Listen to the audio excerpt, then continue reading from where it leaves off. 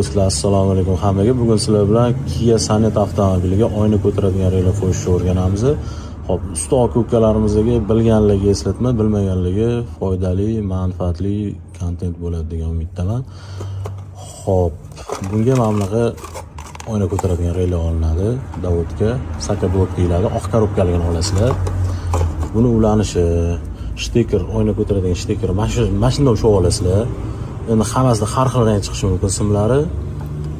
Bunda mana birinchisi jigar rang.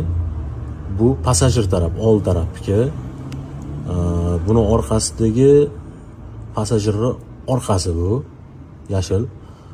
Mana bu ko'k simimizni joylashishini bitta ko'rib olinglar, xatta qanaqa joylashgan. Screenshot qilsanglar ham bo'ladi. Mana bu shoperning orqasi. Bu yoqda mana bitta kulrang sim bor. Bu shoper tarafiga. Buni mana bu stiklopodъемный davodchikda fioletviy sim chiqadi. O'shani ulab orasizlar. Massalarni bilasizlar, qora massaga.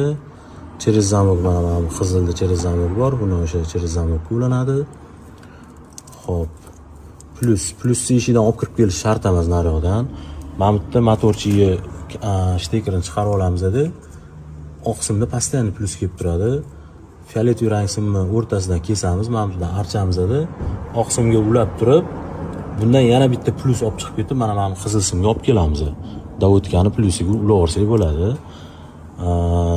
Sentr zamok simi mana bu eshik ichida sentr zamok shtekerini chiqarib olamiz.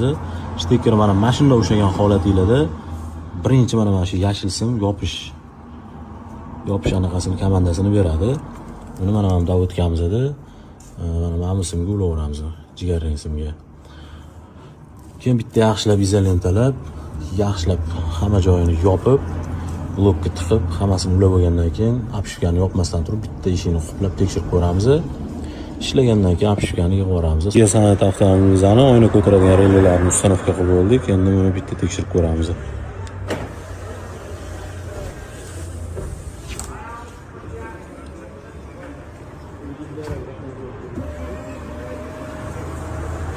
Kimga shunaqa xizmatlar kerak bo'lsa, o'zimizga murojaat qilib qo'yaverasizlar. Like va podpiska